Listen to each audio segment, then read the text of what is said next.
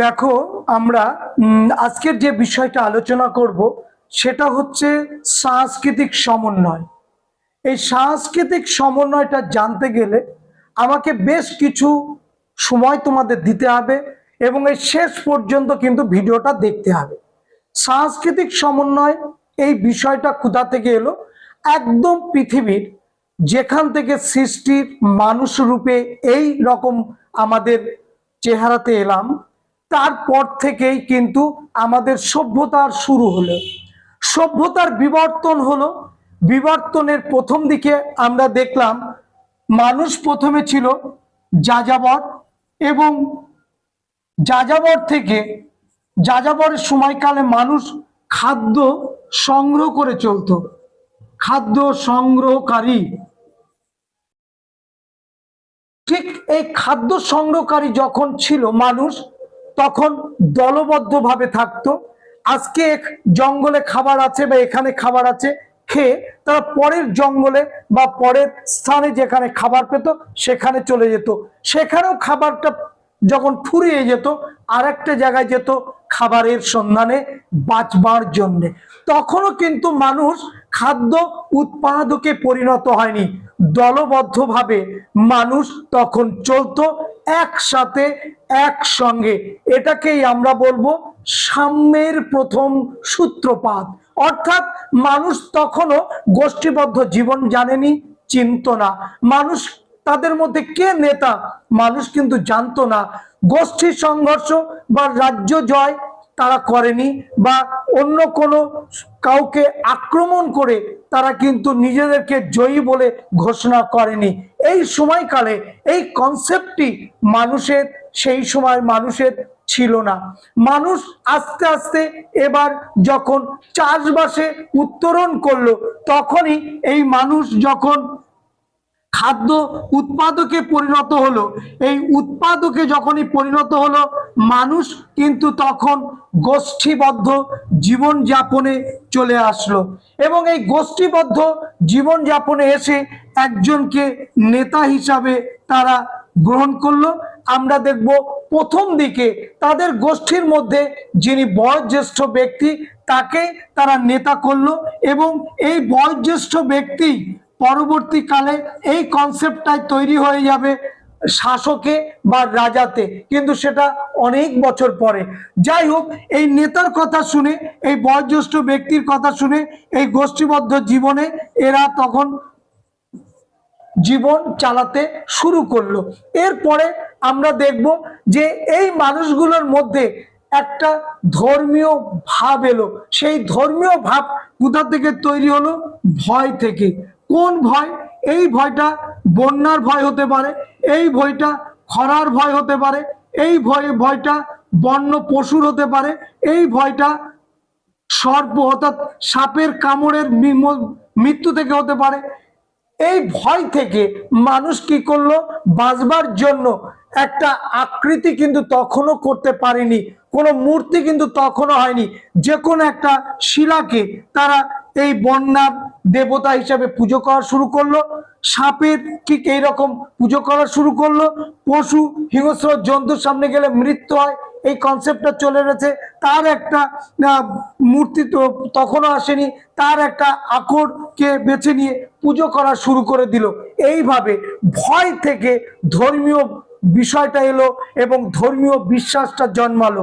সেই ধর্মীয় বিশ্বাসের মধ্য দিয়ে আমরা দেখব ভারতবর্ষে একটি শুধু নয়, সারা পৃথিবীতে ধর্মীয় বিশ্বাস, লোকাচার এর ওপর ভিত্তি করে সমাজ পরিবর্তিত হতে গেল, সমাজ চলতে শুরু করলো। অর্থাৎ রাষ্ট্র যখন সৃষ্টি হলো বা এই গোষ্ঠীবদ্ধ জীবন যখন তৈরি হলো, তখন ধর্মীয় আচার বা ধর্মীয় ক্রিয়াকলাপের মধ্য দিয়ে আমরা কি দেখব? সমাজ পরিচালিত হচ্ছে। অর্থাৎ রাজাও এই ধর্মের ঊর্ধ্বে নয়, শাসকও এই ধর্মের ঊর্ধ্বে নয়, গোষ্ঠীও এই ধর্মের ঊর্ধ্বে নয়। সঙ্গে সঙ্গে মানুষ তার ধর্মীয় ব্যবস্থাপনার মধ্য দিয়ে বিভিন্ন পরবর্তীকালে আমরা দেখব মূর্তি তৈরি করা শুরু করলো। এবং হরপ্পা সভ্যতাতেও আমরা দেখবো এরকম, যেটাকে শিবলিঙ্গের সঙ্গে তুলনা করা হচ্ছে, তিনটি মূর্তিওয়ালা। অবশ্য এখানে ষাঁড়ের মূর্তি কিন্তু ছিল না। যাই হোক, তিনটে মূর্তিওয়ালা আমরা ত্রিমূর্তি দেখতে পাই। অনেকে এটা শিবের সঙ্গে তুলনা করছেন। এইরকম মূর্তিও কিন্তু তখন হরপ্পা সভ্যতার যুগে আমরা দেখব। এবং পরবর্তীকালে আমরা দেখব এই ধর্মীয় বিশ্বাসের ওপরে ভর করে শাসক তিনি রাজ্য শাসন করছেন বা দেশ শাসন করছেন, ধর্মকে বাদ দিয়ে নয়। তখনও কিন্তু এডুকেশন বা শিক্ষালয় বা বিদ্যালয় বলে তখনও কিন্তু সেই রকম ভাবে আসেনি, সেটা অনেক পরে এসেছে বিদ্যালয়ের কনসেপ্টটা। এবং তার আগে পর্যন্ত ধর্মীয় ভিত্তিতে এই সমাজ জীবন, মানুষের মনুষ্য জীবন, এটা কিন্তু পরিচালিত হতো। আজও কিন্তু ধর্মকে বাদ দিয়ে আমরা কেউ নেই, এবং ধর্মই আমাদের জীবনে বর্তমান দিনে একটা দারুণ জায়গা বা স্থান করে নিয়েছে। এবং 2026-এও আমরা ধর্মকে কিন্তু বাদ দিতে পারছি না। যাই হোক, আমাদের এরপরের মূল আলোচনাতে আসি। ঠিক এই রকম যখন অবস্থা, তখন আমরা দেখব যে খ্রিস্টপূর্ব ষষ্ঠ শতকে ভারতবর্ষের প্রাচীন ধর্ম তোমরা জানো ব্রাহ্মণ্য ধর্ম বা বৈদিক ধর্ম, এর বিরুদ্ধে প্রতিবাদ হিসাবে কিছু নতুন ধর্মের সৃষ্টি হবে। সেই ধর্মগুলো হচ্ছে, 1 নম্বর হচ্ছে জৈন ধর্ম, 2 বৌদ্ধ ধর্ম, এছাড়াও আজীবক ধর্ম বলে একটা ধর্ম এই সময় দেখব। এবং শুধু এই 3টে ধর্মই নয়, এছাড়াও আরো 10 থেকে 12টা ধর্ম কিন্তু এই সময় গড়ে উঠেছিল খ্রিস্টপূর্ব ষষ্ঠ শতকে। তার প্রমাণ আমরা ইতিহাসে পাই। সেই ধর্মগুলোর মধ্যে সব থেকে জনপ্রিয় হলো জৈন ধর্ম এবং বৌদ্ধ ধর্ম। এই জৈন ধর্ম, বৌদ্ধ ধর্মের যারা প্রবর্তক তারা কিন্তু সবাই ক্ষত্রিয় ছিল, ক্ষত্রিয় বংশ উদ্ভূত, গৌতম বুদ্ধ এবং বর্ধমান মহাবীর। এ পর্যন্ত ঠিক আছে, কিন্তু এর সঙ্গে সাংস্কৃতিক সমন্বয় জড়িত কেন? অবশ্যই জড়িত আছে। এরপরে আমরা দেখব এই ভারতবর্ষে খ্রিস্টপূর্ব ষষ্ঠ শতকের পর, অর্থাৎ মধ্যযুগটা আমরা 1206 বলছি, এখান থেকে শুরু। এই মধ্যযুগে যখন ভারতবর্ষে ইসলাম অর্থাৎ মুসলিম শাসকগণ ভারতবর্ষ শাসন করবেন, সেই মুসলিম শাসকদের সময়কালে এই সাংস্কৃতিক সমন্বয়টা শুরু হবে। অর্থাৎ 1206 থেকে এই সাংস্কৃতিক সমন্বয় শুরু। কেন? কারণ ভারতবর্ষে কারা চলে গেছে? বিদেশি লুঠেরা, বিদেশি শাসক, যারা কিনা এই ভারতবর্ষকে দখল করে নিয়ে শাসন করা শুরু করে দিল। সেইখানে দাঁড়িয়ে সুলতানি যুগে আমরা দেখব যে ইসলাম ধর্মের এখানে এবার অভ্যুত্থান ঘটবে বা ইসলাম ধর্মের প্রসার ঘটবে। ইসলাম ধর্ম যখনই এলো, তখন এই মুসলিম শাসকগণ অর্থাৎ সুলতানগণ, এই সুলতানগণ ভাবলো যে ভারতবর্ষ যদি বেশি দিন ধরে শাসন করতে হয়, তাহলে এখানে ইসলাম ধর্মের পাশাপাশি আমাকে এমন একটি সমন্বয়ী ধর্ম তৈরি করতে হবে। অর্থাৎ হিন্দু ধর্মটাকে বাদ দিয়ে নয়, হিন্দু ধর্মটাকে রেখেই একটা সমন্বয়ী দৃষ্টিভঙ্গি নিয়ে আমাকে শাসন শোষণ করতে হবে। না হলে এই ভারতবর্ষ থেকে তাদের শাসনের দিন শেষ হয়ে আসবে। সঙ্গে সঙ্গে আমরা কি দেখলাম? এই মধ্যযুগে কিছু ভক্তিবাদী সাধকদের জন্ম লাভ হলো ঠিক এই সময়কালে। এবং তারা কারা? তারা হচ্ছে কবির, নানক, রামানুজ, চৈতন্যদেব, ভক্তদাদু, মীরাবাই, এদের গুরু নানক, এদের উৎপত্তিকাল আমরা দেখব এই সাংস্কৃতিক সমন্বয়ের এই সময়কালে। এবং তারা কি উত্তর ভারত কি দক্ষিণ ভারত, সমস্ত উত্তর এবং দক্ষিণ ভারত জুড়ে, ইভেন পাকিস্তান থেকে শুরু করে ভারতবর্ষ পর্যন্ত, শুধু তাই নয়, আমরা দেখলাম কিছু সুফি সাধকও এই ভারতবর্ষে তারা কিন্তু এলো ধর্ম প্রচার করার জন্য। সেটা ইসলামও না, সেটা হিন্দুও না, জৈনও না, বৌদ্ধ না, সুফি সাধক। সুপ থেকে সুফি কথাটা এসেছে।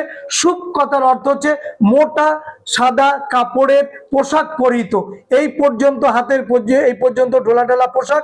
এবং এরা বেশিরভাগ গরম দেশ অর্থাৎ আরবীয় কান্ট্রিতে এরা প্রথমে শুরু করবে, পরবর্তীকালে ভারতে আসবে। যেমন খাজা মঈনুদ্দিন চিশতি, নিজামুদ্দিন আউলিয়া, এই সুফি সাধকগণ আমরা কিন্তু পাবো। এবং মুঘল সম্রাট আকবরও কিন্তু এই চিশতিদের দরগাতে গিয়েছিলেন। এবং শুধু তাই নয়, তিনি এত পরিমাণে চিশতিদের দরগারে গিয়েছেন, ইতিহাস উল্লেখ পাওয়া যায় 10 থেকে 12 বার তিনি কিন্তু ওখানে গিয়েছেন। তাহলে নিজের যে ধর্ম, সেই ধর্মটাকেও তিনি উপেক্ষা করে এই রকম একটা সমন্বয়ী ধর্মের কাছে নিজেকে নিবেদন করছেন সম্রাট আকবর। এবং শুধু তাই নয়, মধ্যযুগের সুলতানরাও ঠিক এটাকেই ব্যবহার করে তারা প্রশাসনিক কাজে ব্যবহার করেছে, তারা রাজ্য শাসনের কাজে ব্যবহার করেছে এই সমন্বয়ী ভাবনা। কারণ হিন্দুদেরকে ইসলাম ধর্মে আনা অসম্ভব, ভারতবর্ষে সব থেকে বেশি হিন্দু ধর্মের লোক, সুতরাং তারা কখনোই চাইবে না যে মুসলিম শাসকের অধীনে মুসলিম হয়ে যাওয়া, অসম্ভব, তারা চাইবে না। কিন্তু তার জন্য এই মুসলিম শাসকগণ কি করলো, এই সমন্বয়ে একটা ধর্মের তারা বাতাবরণ তৈরি করে দিল, পরিবেশটা তৈরি করে দিল ঠিক সেই রকম। অর্থাৎ ভারতবর্ষে দীর্ঘদিন শাসন করতে গেলে এই হিন্দুদের কাজে লাগাতে হবে, প্রশাসনিক কাজে তাদের লাগাতে হবে, রাজ্য শাসনের কাজে লাগাতে হবে, তাদের সৈন্য হিসাবে কাজে লাগাতে হবে, বিভিন্ন প্রশাসনিক কাজে, লেখার কাজে, সৈনিকের কাজে, সেনাপতির কাজে, রাজস্ব বিভাগের কাজে, বিভিন্ন কাজে কর্মচারী লাগবে। তো এই মানুষগুলো যদি এই মুসলিম শাসকদের বিরুদ্ধে চলে যায়, তাহলে তাদেরকে নিয়ে তাদের যোগ্যতা অপরিসীম ছিল, সেই যোগ্যতাটাকে কাজে লাগাতে হবে। কাজে লাগাতে গেলে তাদের ওপরে এমন একটা প্রভাব বিস্তার করলো সমন্বয়ী বা ভাবনার মধ্য দিয়ে, যেখানে হিন্দু এবং মুসলমান একই সঙ্গে সমান্তরালভাবে তারা ধর্ম পালনের মধ্য দিয়ে এই ভারতবর্ষে সুন্দর শাসন ব্যবস্থা উপহার দেবে। তাহলে এই রকম ভাবে ভারতবর্ষে এই সমন্বয় যে সাংস্কৃতিক, সেই সমন্বয় সংস্কৃতির জন্ম তারা দিয়েছিলেন মুসলিম শাসকদের সময়কালে। রামানুজ, কবির, রামানন্দ, চৈতন্যদেব, গুরু নানক প্রমুখ ব্যক্তিগণ, তাদের সম্পর্কেই আমাদের এই দ্বিতীয় অধ্যায় আছে সাংস্কৃতিক সমন্বয়। আমরা টেক্সট বইটা পড়বো এবং পাশাপাশি কিন্তু এইগুলো আমাদের পড়তে হবে।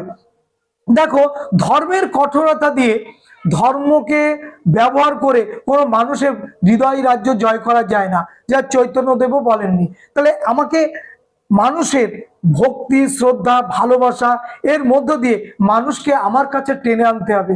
অর্থাৎ ধর্মের কাছে মানুষ যাবে, ধর্মকে যেন মানুষ ত্যাগ না করে যায়।